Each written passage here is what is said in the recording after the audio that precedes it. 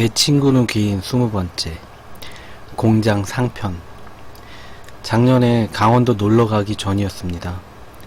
전 이런저런 아르바이트를 참 많이도 해왔습니다. 다 컸으니 더 이상의 무료 배당금은 없다는 어버이의 뜻깊은 가르침 아래 아버지네 공장 시다일부터 해서 편의점, 호텔 알바, 알바계의 탑이라는 인형탈도 가리지 않고 했던 저는 알바계의 잔뼈 굵은 별이었지만 버는 족족 깨진 독에 물붓기라도 하듯 각종 치장비와 유흥비로 솔솔 새어나갔고, 이건 뭔가 아니라는 생각하면서도 나는 아직 어리잖아 를 핑계삼아 정식으로 취직해서 모으면 돼 라는 짧은 생각으로 한때 하루 벌어 하루 먹고 사는 하루살이였습니다. 그때 제가 한창 재미와 감동으로 꽂혀있던 아르바이트가 바로 인형탈 아르바이트였습니다. 우리 동네에 니틀 명동이라는 명칭도 아깝지 않을 만큼의 번화가가 있는데, 거기서 전 한동안 화장품 가게 앞에 초롱이였습니다. 초롱이는 눈이 광인 주먹보다 더 큰 강아지 캐릭터였는데 진심 그거 하면서 엄청 농락당했었습니다. 그래도 초롱이와 함께라면 세상이 다 제거. 제 얼굴엔 철면피가 씌어지듯 솟구치는 깝침에 힘입어 농락하는 상대를 여자 남자 할 것 없이 잡고 절대 놓아주지 않았습니다. 인생 살면서 잡아봐야 할 남정대 손은 초롱이일 때 무지하게 잡아본 것 같습니다. 근데 제가 초롱이 알바를 그만두게 된 게 어느 날 초롱이 쓰고 동생과 마주쳐서입니다. 동생이 초롱이가 된 저한테 다가왔고, 제가 인형탈 알바 한단 걸 모를 거라는 동생에게 까불어 보고자 늘 추던 궁둥이 춤을 더 격하게 췄고, 그런 동생은 씩 웃더니 제 춤을 따라 췄습니다. 전 머지않아 훗날에 익어가지고 동생을 놀려먹을 수 있다는 생각에 뱅글뱅글 춤도 춰줬습니다. 근데 동생이 갑자기 초롱이 대가리를 콱 하고 잡더니만 집에서 보자 이랬습니다. 전 그래서 초롱이 알바를 그만뒀습니다. 근데 그만둔 게 제 의지가 아닙니다. 동생은 제가 창피했는지 아버지께 일러서 저를 못 나가게 했고, 아버지께선 어디서 여자가 탈을 쓰고 춤을 추냐고 불같이 화를 내셨습니다. 한순간에 알바를 잃은 불타는 저에게 휘발유를 끼얹는 유혹이 생깁니다. 흥부 같은 제게 제비 같은 광인이 물어온 공장 알바였습니다. 하루에 6에서 7만원, 많으면 8만원이라니 이건 대박이었습니다. 초롱이 탈 쓰고 종일 궁둥이 흔들어도 그보다 많은 수입을 얻는다니. 아버지 공장에서 시다할 때 받은 3만원도 눈치 보면서 받아 챙기던 저로선 다 같은 공장인데 뭔 갭이 그리 크냐는 의심을 품었고, 광인은 단순 반복 노동이라서 그렇다 했습니다. 제가 뭐 그럼 쉽겠네 이랬지만 광인은 나도 그렇게 생각했는데 그 양을 생각해보자 이랬고, 아직 공장 구경도 못해본 저는 뭣도 모르고 야 긴 말 됐고 가자 고고를 외쳤습니다. 광인이 물어온 공장일은 양관장님 친구분께서 운영하시는 곳이었는데, 친구분께서는 일감은 많아졌는데 일손이 부족하다고 양관장님께 찡찡거리셨고, 양관장님께서는 맨날 돈 때문에 찡찡거렸던 제가 생각나셨다 합니다. 그래서 광인에게 저와 같이 공장 친구분의 일을 거들어주고 오라 하셨다 했습니다. 아버지께는 양관장님과의 전화 연결로 인증시켜 드렸고, 전 훌라춤을 추며 여행이라도 가는 마음이 들었습니다. 자기 없는 체육관이 불안하다고 수시로 양관장님께 전화를 거는 광인의 핸드폰을 뺏어 들고 저는 바보 맹추 같은 광인의 애창곡을 유도했습니다. 저로 인해 사랑하는 애창곡이 망가지는 게 마음에 안 들었는지 귀가 찢어지는 데시벨로 떠나갈 듯이 지가 더 크게 불렀습니다. 그때까진 저도 광인도 참 신났었습니다. 단거리는 편하게 이동할 수 있는 차가 있는 광인이 그렇게 부러울 수 없지만, 장거리는 한숨도 못 자고 초집중해야 하는 차 있는 관기사가 그렇게 하찮았습니다. 그럴 때 보면 진짜 면허도 못 따는 제가 참 좋습니다. 제가 가는 길에 졸다가 코로 샹송을 불렀는지 광인이 제 콧구멍을 쪼여서 절 숨막히게 했고, 제가 벼락 맞은 토끼 마냥 놀래서 깨서 뻘건 눈으로 광인을 째려보자 다 왔다고 라며 차 문을 찰지게 닫았습니다. 그렇게 광인에게 핸드폰을 건네주고 저도 광탈엑스에서 내렸습니다. 광인은 어디론가 전화를 걸고 있었고 곧 있다가 앞에 왔어요 이랬습니다. 제가 광인에게 다가가서 야, 공장 꽤 크다. 여기 아들 없대? 딸은? 제가 야, 가질 아들이 없으면 우리 동생이라도 주고 싶다 이랬지만, 제가 광인에게 뭐라 하는 사이에 멀리서 눈부신 아저씨 한 분이 다가오셨습니다. 이마와 머리에 경계선이 없으셨던 아저씨께서는 자체 발광이란 단어가 참 잘 어울리신 분이었습니다. 근데 아저씨께서는 우리에게 안녕이라면서 오른쪽 양복 바지춤을 올리시고 알인사를 보여주시는 게 아닙니까? 양관장님 친구분이라 할 때부터 기대했어야 했습니다. 제가 아이고 배째지네 하면서 웃으니까 아저씨께서는 탄력을 받으셨는지 남은 왼쪽 바지춤도 올리시면서 쌍알 인사를 보여주셨습니다. 양관장님보다 더 했으면 더 했지 못하진 않았을 것 같은 아저씨께 한눈에 반해버린 저는 돈도 벌고 아저씨도 보고 순간 일석이조 황금 같은 시간에 너무너무 기뻤습니다. 그곳에서 일주일 동안 있기로 한 우리를 아저씨께선 댁에서 지내라 하셨지만 광인과 저는 합의하에 정중히 거절했고 공장 옆편으로 딸려있는 당직실에서 일주일을 지내기로 했습니다. 염치와 실내는 구별할 줄 아는 여자애들이기 때문에는 개나발이고 행여나 얹혀 지내서 신세라도 지면 일하고 나서 일당받기 좀 떨떠름할 것 같다는 판단이 앞서서였습니다. 당직실이라도 초울트라 특급 원룸방까진 생각 안 했어도 기본적인 것들은 갖췄을 거란 착각과 기대는 쓰나미와 함께 쓸려가듯 당직실은 너무 비루했습니다. 제일 큰 문제는 화장실이 밖에 있다는 것. 돈 받을 때 좀 미안하더라도 잔말 말고 아저씨 댁에서 지냈어야 했습니다. 당직실에 화장실 밖에 있던 걸 안 광인이 선빵이라도 치듯 미리 말하는데 나 자다가 화장실 쫓아갈 마음은 없다 라고 광인만의 보호막을 샤방하게 쳤습니다. 귀인이 너무너무 보고 싶었습니다. 첫날 밤이었습니다. 내일 업무량 때문에 서둘러 잠에 들기로 했고 그때까지도 이미 제 머릿속엔 온통 화장실을 어떻게 해 뿐이었습니다. 공장이 고속도로 옆으로 있어서 그런가 차 한 대가 지나가도 바람결 타고 들려와서 바로 제 옆에서 지나가는 것 같았습니다. 공장 냉동고 소리도 주기적으로 반복해서 윙치킹 하면서 울렸고 각종 소음 소리에 신경이 예민하긴 도둑년 코딱지고 눈 감자마자 잠에 들었습니다. 그치만 소음도 무시한 제 뇌가 알려주는 건 화장실 가라는 경고였고 전 또 버젓이 깨버렸습니다. 광인 옆구리를 찔러도 보고 휴지 뜯어서 콧잔등에 살랑도 대보고 손가락에 침 좀 묻혀서 눈두덩이에 비벼봐도 이 개떡같은 광인은 꿈쩍도 안 했습니다. 얘 분명히 안 자는 겁니다. 꿈쩍도 안 하는 광인은 자진 않지만 일어나지도 않겠다는 강한 의지가 있었습니다. 화장실 같이 가자고 이러는 저도 참 더럽지만 같이 안 가겠다고 이러는 광인은 더 더럽고 치사했습니다. 그런 광인에게 나 화장실 갔다 안 오면 납치당한 거라 생각해 라고 으름장을 놓고 나갔습니다. 막상 밖으로 나오니 깜깜한 어둠 속에 유난히 잡생각 많은 제 발이 차마 떨어지지 않았습니다.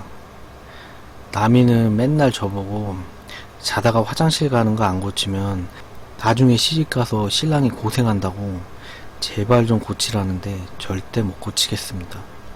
어릴 적부터 저도 모르게 생긴 버릇인데 저보고 어쩌라는 건지. 방광줄은 콩덕콩덕하며 사정없이 문을 두드리지만 전 잠깐 문 앞에서 쭈그려 앉았습니다. 그리고 참 알찬 생각도 잠깐 해봤습니다. 노상방뇨하면 광인이 알아챌까? 썩을 하필이면 왜 시멘트 바닥이야? 다 큰 여자애가 맨정신에 할 생각은 아니란 이성이 더 앞서서 다행히 저는 도리를 지켰고 좀 떨어져 있는 화장실로 향하던 찰나에 누가 제 후드를 잡아당겼습니다. 공장 옆으로 트인 고속도로가 쩌렁쩌렁 울릴 만큼 저는 깍 소리를 질렀고 담 걸릴 만큼 몸을 구부정하게 움츠렸습니다. 제가 누누이 말했지만 전 몇백만 가지 잡생각을 하고 삽니다. 또 제 친구는 귀신을 봄으로써 전 귀신이 있다고 믿습니다. 사람이던 귀신이던 이 껌껌한 오밤중에는 둘 다 무섭습니다. 찰나에 모든 힘을 풀어버렸으면 전 보기 좋게 바지에 시야를 지렸을 겁니다. 그런데 제 잡생각과 달리 천사 같은 목소리가 들려왔습니다. 너 진짜 웃긴다 라면서 광인이 제 팔을 툭툭 쳤습니다. 제가 눈에 물을 한가득 품고 입을 삐죽빼죽거리며 광인에게 너 뭐야? 라고 물었더니 이 신성한 광인은 그냥 니 따라 나왔는데 너가 연병을 떨고 있길래 이랬습니다. 전 이 사랑스러운 광인에게 팔짱을 끼고 안심하고 화장실을 갔다 왔고 광인은 계속 진짜 오늘만이야 라고 못을 박았습니다. 시원해진 방광님과 더불어 한결 시원해진 마음을 안고 화장실을 나오는데 광인이 니 때문에 잠 다 깼어 이랬습니다. 전 화장실도 해결했겠다 싶어서 광인에게 야, 니 진짜 치사하더라. 내가 옆에서 그렇게 무섭다고 울었는데 잠만 자? 라고 살짝 떠봤고 광인은 야, 니가 언제 울었어? 더럽게 어디 남의 눈에 침이나 묻히고 이랬습니다. 제가 콧구멍을 벌렁거리면서 여봐, 역시 안 자고 있었지? 이랬고 살짝 난감해진 광인은 지금 따라왔잖아 라고 알랑방귀를 꼈습니다. 저는 시작이 어쨌든 결과만 아름다우면 되는 애라서 광인을 용서했습니다. 시시껄껄 호호거려서 잠이 달아났던 광인이 야, 오랜만에 자는 사람 깨우기 콜을 제안했고 이 장난 시초자의 친누나인 저는 콜을 외쳤습니다. 첫 번째는 시초자이자 전파자인 제 동생이었습니다. 전화벨이 울리고 동생이 왜? 싱글탱글한 목소리로 받았습니다. 얘는 이 시간이 한창 시간이라는 걸 잊고 있었습니다. 판단 미스로 말도 없이 끊었습니다. 두 번째는 남인. 전화벨이 울리고 안 받지만 포기하긴 이릅니다. 두 번째 전화벨이 울렸고 여보세요 라며 꿀잠 목소리로 받았습니다. 오케이, 걸렸구나. 저랑 광인이 깍거리고 끊었습니다. 그리고 바로 전화가 왔습니다. 근데 받으면 안 됩니다. 이렇게 몇 차례 다시 전화가 왔고 이번엔 받아서 사랑해 친구야 하고 빌어야 했습니다. 욕을 안 하는 남인도 이때만큼은 욕을 막 합니다. 그러나 욕 정도 감당 못할 거였으면 시작도 안 했습니다. 그렇게 잘 자던 남인을 깨워서 탄력받은 광인이랑 저랑은 아직 간지러운데 덜 긁은 느낌이 들어서 여간 찝찝함에 세 번째는 삼식이하게 전화를 했습니다. 전화벨이 울리고 왜? 술 먹었냐? 라며 제 동생이 받았습니다. 삼식이가 제 동생 친구였구나 하고 그렇게 끊었습니다. 광인이 재미가 부족해 라며 알코올 중독자처럼 손을 덜덜 떠는 흉내를 내더니 핸드폰에 귀인번호를 찍고 있었습니다. 제가 헐, 난 지금부터 빠질래 이랬더니 광인이 오우 거리며 손을 덜덜 떨며 지가 들고 있던 핸드폰을 다시 한번 잘 보라 했습니다. 이런. 그건 제 핸드폰이었네요. 제가 뺏기도 전에 광인이 통화 버튼을 눌렀고 에라이 나도 모르겠다 하며 핸드폰을 당장 스피커 기능으로 바꾸라고 다그쳤습니다. 전화벨이 울렸고 귀인은 여보세요 라며 다소 마탱이간 목소리를 받았습니다. 잠에서 깬 겁니다. 저랑 광희는 누가 할 것 없이 깍 비명을 지르며 전화를 끊었습니다. 근데 이상했습니다. 누구보다 전화가 제일 많이 올 거라고 생각해서 그동안 테스트도 안 해보던 귀인인데 5분이 지나고 계속 기다려도 전화가 안 왔습니다.